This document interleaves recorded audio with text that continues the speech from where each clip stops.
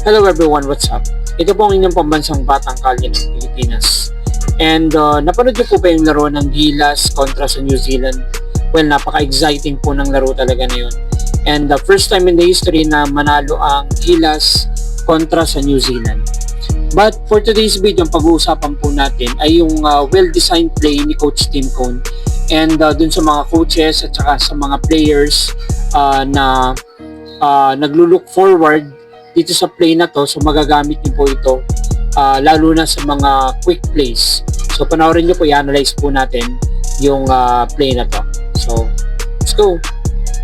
Ito po ang formation ng Gilas Pilipinas. They're ahead by 4 points with 1 minute and 12 seconds remaining sa fourth quarter, and meron na lang silang 6.1 seconds sa shot clock.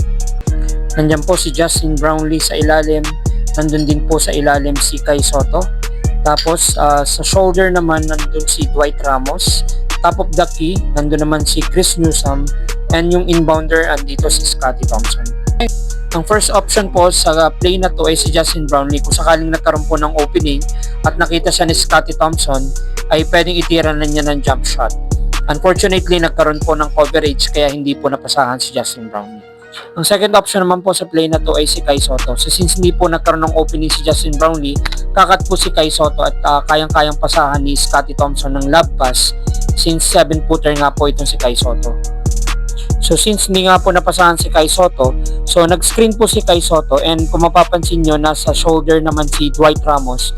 So mangyayari, pag nag-curl po itong si Chris Newsome, magkakaroon ng double screen. At yun nga, open po si Chris Newsome for 3. Yan o, imagine, so sa span ng 6 seconds, nakapag-execute ng magandang play ang Gilas Pilipinas na nag-result sa dagger 3 ni Chris Newsome. So tingnan nyo, kahit na matangkad yung bantay, na-delay lang ng konti sa defense.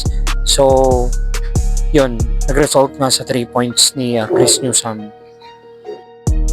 Well, yun, napanood nyo nga yung well-designed play ni Coach Tim Cone. So with the remaining 6.1 seconds sa shot clock, and na-convert ni Chris Newsome yung 3 points. So imagine, split seconds lang yung pagitan, and dahil sa sobrang tangkad pa nung bumabantay kay Chris Newsome, so dahil nga na-delay siya sa defense, so yun, hindi na niya inabot yung tira ni Chris Newsome na nag-results nga sa dagger 3 ni Chris Newsome, and yun yung isa sa mga reason kung ba't nanalo ang Gilas Pilipinas kontra sa New Zealand. So well, yun muna for today's. See you po sa susunod na mga plays ng Gilas, and pipilitin po natin i-analyze lahat ng mga important plays ng Gilas Pilipinas. So ito po ulit ang inyong pambansang batang kalye ng Pilipinas. See you in my next vlog. Peace.